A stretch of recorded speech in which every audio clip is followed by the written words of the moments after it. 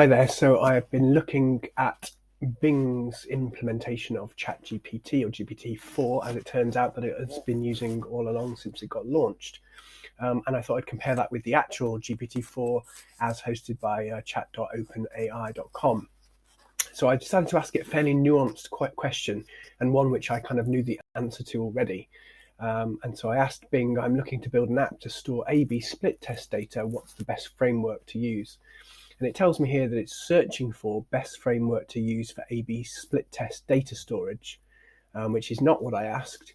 And then it comes up with a couple of solutions which actually are themselves A/B testing frameworks. So that's not what I'm after, because what I want to do is build an app that can store the results. So I said, I'm not looking for a framework to run split tests. I use VWO for that. I just want to create a reporting engine which could store any data really. It needs to have different clients stored in it. I want to store each test and information about it.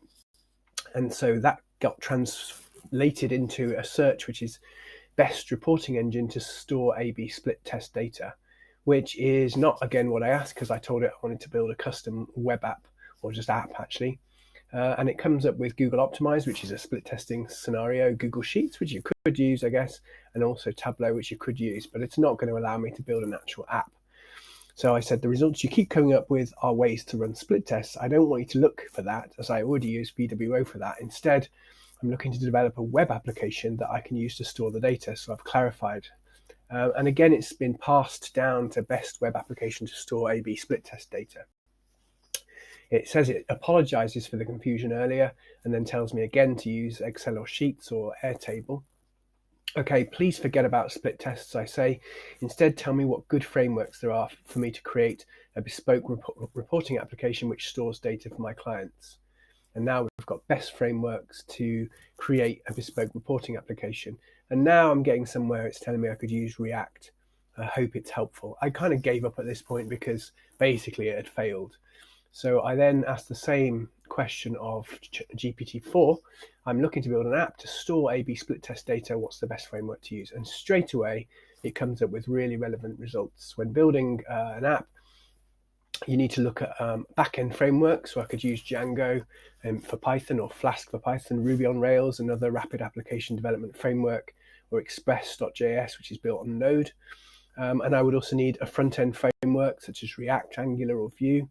I'll need a database solution, Postgres, MySQL, MongoDB, and I might need a data visualization library such as D3. So all of those are very, very pertinent and would help me build my application. And it's about, it recognizes the need to choose the right combination to fit my purpose. Thanks, I say, those are great suggestions, but the language I prefer to write in is PHP. Do you have any good suggestions there? Sure, if you prefer to work in PHP, then you could look at Laravel or Symfony, and those are two leading frameworks, so that's right. And then it still gives me the other aspects that I might need to consider. I wouldn't use WordPress for this, and I'm deliberately not looking to use WordPress for this, but I just said, out of interest, do you think WordPress could be used for this sort of thing? And it says, yes, WordPress could be used, and I know it can because we have already built that in WordPress. And then it tells me a few things that I'd need to look at.